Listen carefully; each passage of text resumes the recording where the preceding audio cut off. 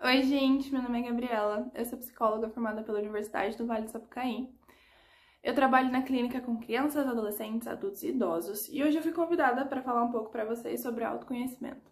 Autoconhecimento é um termo que tem ganhado notoriedade desde a década de 90 e talvez tenha sido, ou tenha se tornado, um termo um pouco genérico. Então por isso eu queria especificar que aqui a gente vai falar sobre se conhecer, saber quem se é, mergulhar em si. E por mais que eu não quisesse falar em tópicos, eu acho que considerando, na verdade, o tempo que a gente tem e o formato que a gente tem, eu vou falar com vocês em tópicos. Bom, o primeiro tópico é observação de si. O que significa isso? Significa você se observar, literalmente. É você observar os seus comportamentos, as suas emoções, os seus sentimentos, as suas reações frente às situações que a gente tem na vida. Por exemplo, agora. Como você está se sentindo? O que é estar bem? Ou o que significa estar mal e como você ficou mal? Observar quem se é, como se sente, são coisas que a gente perde um pouco no dia a dia, vivendo a vida no automático.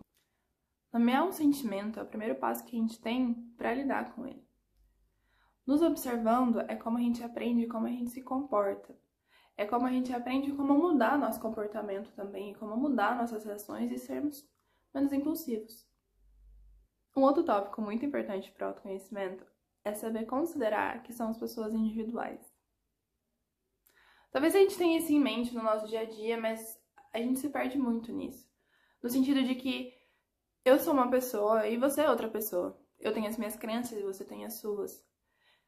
Eu tenho os meus desejos, eu tenho as minhas aspirações, eu tenho aquilo que eu acho certo, aquilo que eu acho errado, e geralmente são coisas diferentes do que você acha. Quando a gente vive no sentido de considerar que somos plurais, e não me entenda errado, somos seres sociais e plurais com certeza, mas quando a gente deixa de lado a nossa individualidade, a gente deixa de lado quem a gente é. E nesse sentido eu também gostaria de falar sobre expectativas. Quando a gente considera que somos plurais, no sentido de que não somos individuais ou que não temos nossa individualidade, as nossas expectativas elas se perdem dentro disso. Então, hoje, na faculdade, qual é essa expectativa? O que é aquilo que você espera, mas você espera pelo seu desejo, não pelo desejo de uma terceira pessoa? Ou você quer algo porque é o que você quer e não porque é o que o seu colega quer? É muito importante que as nossas expectativas estejam de acordo com a realidade. E, mais uma vez, não me entenda errado, isso não quer dizer que a gente não pode sonhar, ou que a gente não pode pensar ou aspirar, mas estar de acordo com a realidade é ser verdadeiro para você. Ser expectativas verdadeiras, expectativas que são suas, vontades que são suas. E mais uma vez falando sobre observação, a gente só vai conhecer nossas expectativas se a gente se observar, se a gente souber o que a gente sente, se a gente souber quais as emoções que acontecem e como a gente vai lidar quando as nossas expectativas são frustradas. Como que a gente vai manejar o nosso tempo para lidar com as expectativas que a gente tem com o nosso curso, com a nossa vida pessoal, com a nossa vida social. É alinhando as nossas expectativas que a gente fica melhor preparado para lidar com as frustrações que vão vir. Em algum momento elas vão vir. E como último tópico, eu gostaria de falar sobre limites. Uma coisa que todo mundo fala, e eu gostaria de falar principalmente sobre os limites na academia.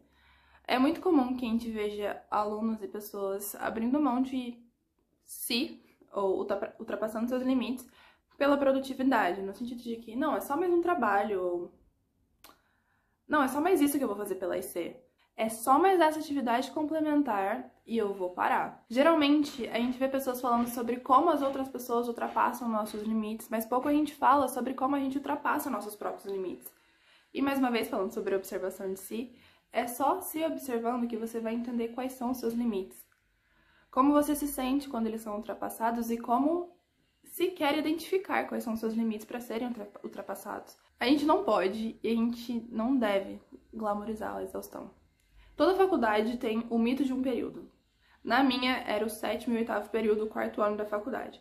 Todo professor falava que, nossa, quando você chegar no 4º ano, a sua vida social não vai existir. Quando você chegar no 4º ano, aí você vai ver o que é cansaço.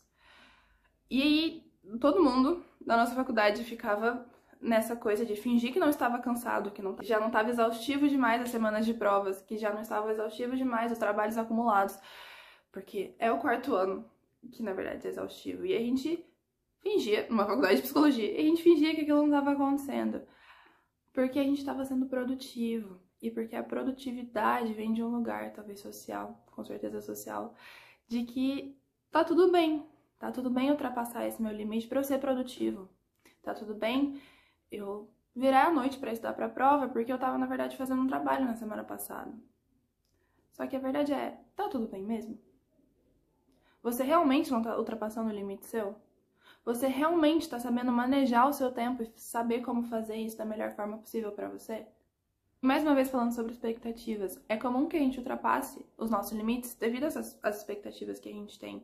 Então, eu quero ir muito bem na prova, então por isso eu vou virar à noite. Eu quero muito que a minha IC seja a melhor possível, então por isso eu vou viver 24 horas para isso. E nisso a gente se perde. A faculdade pode até ser considerada um grande experimento social sobre como as pessoas focam em uma coisa, independente se é a faculdade mesmo, pode ser qualquer outra coisa da vida acadêmica que a gente tem, porque a gente sabe que são muitas coisas, e a gente se perde. Saber manejar o tempo e saber manejar nossas expectativas e limites é a melhor maneira de lidar com as frustrações que a vida acadêmica nos dá, que são imensas. A gente entra na vida acadêmica, alguns, com certeza, sabendo o que quer, pelo menos o curso, tem toda a certeza do mundo que é o curso que quer, mas a gente tem infinitas áreas dentro de um curso e a academia também é uma maneira de autoconhecimento, porque a nossa vida profissional, considerando uma sociedade capitalista, diz muito sobre quem a gente é. Eu entendo que seja muito fácil se perder dentro da academia e acredite, 90% dos acadêmicos que se perdem na academia e se encontram na academia ao mesmo tempo. Mas é muito importante que a gente se observe, que a gente saiba quem a gente é, que a gente saiba identificar quando a gente tá bem e quando a gente não tá. Quando a gente precisa de ajuda e quando a gente não precisa. Quando a gente dá conta de fazer alguma coisa e quando a gente não dá conta de fazer alguma coisa. E alinhar nossas expectativas com a realidade. Se você não dorme, é bem provável que as suas notas vão cair. Se você não tá bem, é provável que as suas notas vão cair. E tudo bem porque às vezes a gente não vai dar conta, às vezes a gente vai falhar e é importante que a gente saiba lidar com a frustração de falhar. É importante que a gente saiba falhar, que a gente escolha falhar para que a gente não ultrapasse algum limite.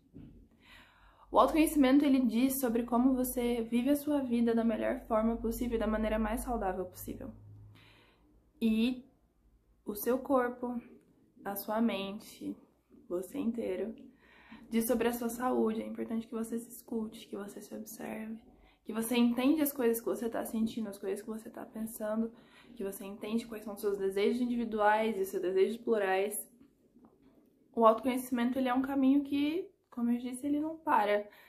Ele é pra hoje, ele é pra amanhã, ele é pra depois de amanhã, ele foi ontem e ele vai continuar sendo todos os dias, porque a gente muda toda hora. E então a gente precisa se conhecer toda hora. Bom, eu acho que era isso que eu queria falar com vocês. Eu agradeço o convite e eu fico à disposição, caso queira entrar em contato, lembrando sempre sobre o CVV, que é o Centro de Valorização da Vida. 188, hein, galera? Beijos, obrigada.